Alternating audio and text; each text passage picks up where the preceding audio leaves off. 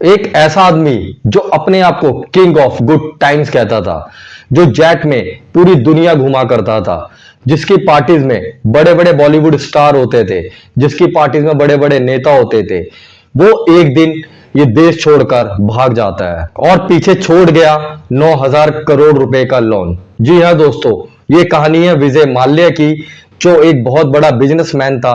पर दोस्तों कहते हैं ना, समय बहुत बलवान होता है। जो फर्श से अर्श पे जा सकता है तो वो अर्श से फर्श पे भी आता है। ऐसी ही कुछ कहानी है विजय माल्या की। आज मैं आपको एक ऐसी कहानी सुनाने जा रहा हूं जो सिर्फ एक बिजनेसमैन की कहानी नहीं है, ये कहानी है हम सबके पैसे की भी। विजय माल्या एक लिकर कंपनी यूनाइटेड ब्रीवेरीज के मालिक थे। साथ में उनका एक बहुत बड़ा ब्रांड था बियर का, किंगफिशर। जी हाँ दोस्तों, आपने किंगफिशर बियर का नाम सुना होगा।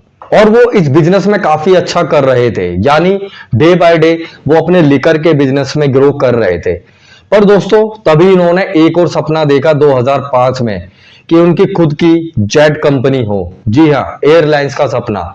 तो वो 2005 में लेके आते हैं अपना किंगफिशर एयरलाइन। जब विजय माल्या ने ये बिजनेस शुरू किया तो शुरुआत में सब कुछ बहुत अच्छा चला, लोगों को भी काफी मजा आया, क्योंकि उनकी फ्लाइट में खाना फ्री मिल रहा था, ग्लैमर था, साथ में सुपर सर्विस थी जो लोगों को काफी पसंद आई। और किंगफिशर ने अच्छा खासा ग्रो किया समय के साथ। लेकिन दोस्तों कुछ समय बाद ये सपना विजय माल्या को काफी महंगा पड़ने वाला था, क्योंकि विजय माल्या थे वो काफी पैसा खर्च कर रहे थे। और उन्हीं दिनों कहीं ना कहीं जो एयरलाइंस जो इंडस्ट्री थी वो अच्छा ग्रो नहीं कर पा रही थी, क्योंकि कहीं ना कहीं ऑयल्स के प्राइस ज्यादा बढ़ रहे थे और कहीं ना कहीं मैनेजमेंट था वो अच्छे से नहीं हो पा रहा था। तो यहीं से शुरुआत होती है विजय माल्या के गिरने की, यहीं से शुरुआत होती है कहीं ना कहीं उनको धक्का लगने की, उन पे पैसे की कमी होने की, और यहीं से उनका सिलसिला शुरू होता है लोन का। अब माल्या को चाहिए था बहुत सारा पैसा, और एयरलाइंस को चलाने के लिए अच्छे खासे पैसे की जरूरत पड़ती है। तो फिर माल्या ने शुरू किया लोन्स उठाना। उसने अलग अलग बैंकों से अलग अलग लोन्स उठाना शुरू कर दिए। सिर्फ एक बैंक से उन्होंने लोन नहीं उठाया, उन्होंने 17 बैंकों से लोन उठाया, जो बैंकों का पूरा बन के समूह होता है जिसे कंसोर्टियम कहा जाता है। तो अलग अलग बैंकों से उन्होंने पैसा उठाया। इस कंसोर्टियम से जो बैंकों का समूह था, विजय माल्या ने कम से कम 9,000 करोड़ रुपए उठाए। और सबसे ज्यादा जो पैसा उठाया वो उठाया एसबीआई से, 1600 से 1800 करोड़ के आसपास। बाकी bank of India, IDBI bank, ऐसे ही ना जाने कितने बैंकों से उन्होंने ये पैसा इकट्ठा किया, जो टोटल बना 9,000 करोड़ रुपए। अब दोस्तों सवाल उठता है कि आखिर बैंक्स ने विजय माल्या को इतना लोन कैसे दे दिया। तो दोस्तों विजय माल्या के अपने काफी कॉन्टेक्ट से, साथ में उसकी एक बड़े बिजनेसमैन की छवि थी, साथ में उसने कुछ शेयर्स वगैरह भी गिरवी रखे।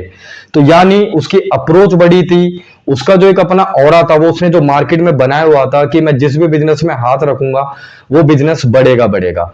तो कहीं ना कहीं जो उसका आत्मविश्वास था वो बैंकों ने देखा, उसकी कहीं ना कहीं जो अप्रोच थी उसको देखी, और उसी बिहाफ पे उसको बैंक्स ने लोन दे दिया कि माल्या तो लोन चुका ही देगा।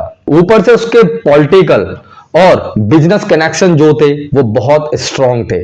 और बैंक्स ने भी सोचा कि अगर किंगफिशर चल गया तो हमारा पैसा तो डबल हो जाएगा। तो यही चीज थी जिसके बिहाफ पे बैंक्स ने माल्या को इतना लोन दे दिया, क्योंकि उसके कॉन्टैक्ट स्ट्रांग थे, उसके पॉलिटिकल कॉन्टैक्ट से, जिससे उसको मिल गया। और लोगों को यही लगता था कि किंगफिशर मींस कि हर जगह ग्रो करेगा, अगर लिकर ग्रो करा है तो एयरलाइन भी ग्रो कर जाएगी। यही कहीं ना कहीं ओवर कॉन्फिडेंस बैंकों को ले डूबा। और दोस्तों समय के साथ चीजें ऐसे घटी कि जो एयरलाइंस थी वो डे बाय डे सिर्फ घाटे में जा रही थी, कहीं से भी किसी भी तरह से कोई फायदा नहीं हो रहा था। पर उसके बावजूद भी माल्या को लोन मिलता रहा। वही दोस्तों जैसे ही 2012 आता है तो जो किंगफिशर के एम्प्लॉइज थे, पायलट थे, उनको सैलरी मिलना बंद हो गई। तो सारे के सारे प्लेन जो थे अब वो खड़े हो गए।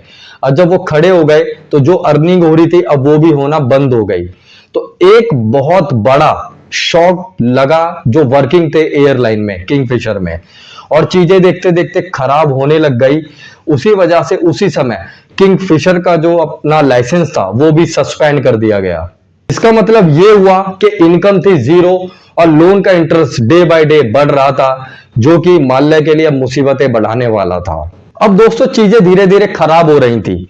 2012 से 2016 आ गया था। अब बैंक्स को लगने लग गया था कि माल्या अब हमारा पैसा वापस नहीं देने वाला है। तो फिर बैंक्स ने शुरुआत की कोर्ट में केस डाल के, और माल्या पे केस कर दिया गया कि ये हमारा पैसा वापस नहीं दे रहा है। पर दोस्तों जैसे ही माल्या पे केस हुआ 2016 में, माल्या अगले दिन ही फ्लाइट पकड़ के इंडिया से भाग गया, और तब से लेकर आज तक वो इंडिया वापस नहीं आया है। इसलिए माल्या को भगोड़ा कहा जाता है, क्योंकि वो भाग गया। अगर वो इंडिया में रहता, चीजों को फेस करता, तो शायद चीजें बेटर हो पाती। पर माल्या ये देश छोड़कर ही भाग गया, और ना जाने कितने लोगों को प्रॉब्लम में डाल के गया। जो एम्प्लॉयज उसकी कंपनी में काम करते थे वो सब के सब बेरोजगार हो गए, रोडों पे आ गए। कई एम्प्लॉयज ने तो यहां तक कि सुसाइड भी कर लिया था। तो एक बहुत बड़ा डैमेज देके माल्या इंडिया से भाग गया। अब इंडिया में फिर सरकार जागी, तो सरकार की जो सीआईडी है, ईडी है, उन सब ने कार्रवाई शुरू कर दी, और सभी ने माल्या को एक डिफॉल्टर घोषित कर दिया। गवर्नमेंट एजेंसीज ने इंडिया में माल्या की जितनी भी प्रॉपर्टीज थी, उसके अकाउंट से या जो भी उसके एसेट्स थे, उन सबको सीज कर दिया। वही दोस्तों गवर्नमेंट एजेंसीज ने फिर अपनी कार्रवाई शुरू करी इंडिया में। उसकी जितनी भी प्रॉपर्टीज थी, एसेट से, अकाउंट से, वो सब कहीं ना कहीं सीज कर दिए गए। साथ में न्यूज रिपोर्ट्स की माने तो कहा जाता है कि ईडी ने लगभग 14,000 करोड़ रुपए के आसपास के एसेट्स को सीज किया है। वही दोस्तों कहते हैं कि कुछ एसेट्स बेचकर बैंक्स ने अपने पैसे को रिकवर किया है। अब कितना पैसा रिकवर किया है ये अभी क्लियर नहीं है, क्योंकि लीगल जो कार्रवाई है वो अभी भी चल रही है।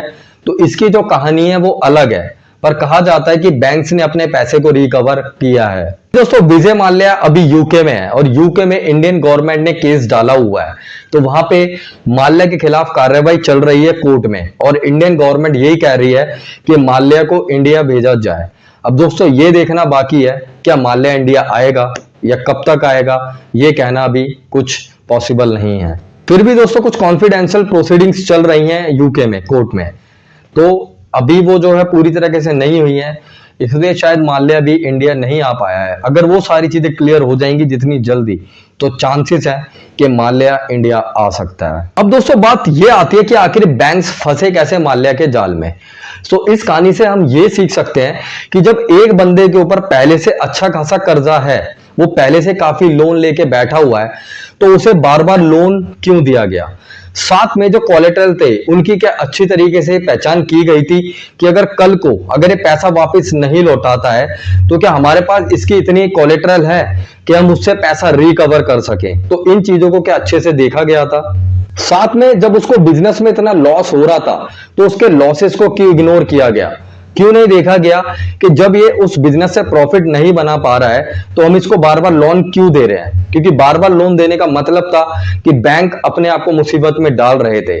जब वो कहीं ना कहीं पैसा नहीं दे पा रहा है, उसका बिजनेस नहीं बढ़ पा रहा है, उसके बाद भी उसे क्यों बार बार लोन दिए गए। वही दोस्तों कहीं ना कहीं उसकी एक जो इमेज थी, या उसकी जो पॉलिटिकल उसके कॉन्टेक्ट थे, या वो खुद भी उस समय राज्यसभा का सांसद था, तो इन चीजों के बिहाफ पे भी किसी पे ट्रस्ट करके कितना भी लोन नहीं दिया जा सकता है। हाँ उसके कॉन्टेक्ट थे, वो खुद एक राज्यसभा मेंबर था, पर फिर भी ये जो पैसा था ये इस देश की आम जनता का पैसा था। तो क्यों इन सारी चीजों को इग्नोर करके बैंक्स ने आखिर पैसा दिया। ये सिर्फ एक बिजनेसमैन का लोन नहीं था, ये पैसा था उस आम जनता का जो अपनी मेहनत से पैसा कमा के बैंकों में रखती है। और ये पब्लिक सेक्टर बैंक बिना सोचे समझे किसी को भी लोन दे देते हैं, और बाद में सारा बर्डन जो आता है वो फिर जनता पे ही आता है। और जब इतने बड़े एनपीएस होते हैं, नॉट प्रॉफिट एसेट्स, तो कहीं ना कहीं फिर सारा बर्डन जनता पे आता है, इंटरेस्ट बढ़ते हैं, और फिर घुमा फिरा के वो प्रेशर जनता पे ही आता है, क्योंकि पिसना तो फिर जनता को ही है। अब दोस्तों आखिर प्रेजेंट में चल क्या रहा है, तो यूं कहा जा रहा है कि बैंकों ने कुछ पैसा रिकवर कर लिया है उसकी प्रॉपर्टीज को सेल करके। पर दोस्तों कहानी अभी भी साफ नहीं है, और माल्या के खिलाफ केस चल रहा है यूके में भी, पर अभी तक ये क्लियर नहीं है कि माल्या भारत वापस आएंगे या नहीं आएंगे। तो दोस्तों ये कहानी थी विजय माल्या के 9,000 करोड़ के लोन की कहानी। दोस्तों आपका क्या मानना है, क्या विजय माल्या को इंडिया में वापस लाके उनसे सारा पैसा रिकवर करना चाहिए? अपना जवाब कमेंट में जरूर देना। और अगर आपको वीडियो पसंद आए तो दोस्तों वीडियो को लाइक करो, शेयर करो और सब्सक्राइब कर लेना, ताकि आने वाली सभी फाइनेंस की वीडियो की नोटिफिकेशन आपको मिलती रहे। मैं संदीप सिंह आप सभी का बहुत बहुत धन्यवाद करता हूं कि आपने अपना कीमती समय दिया। तो दोस्तों ऐसे ही जुड़े रहिए और ऐसे ही हम लोग सीखते रहेंगे और आगे बढ़ते रहेंगे। तो मिलते हैं फिर अगले वीडियो में। जब तक के लिए जय हिंद, जय भारत।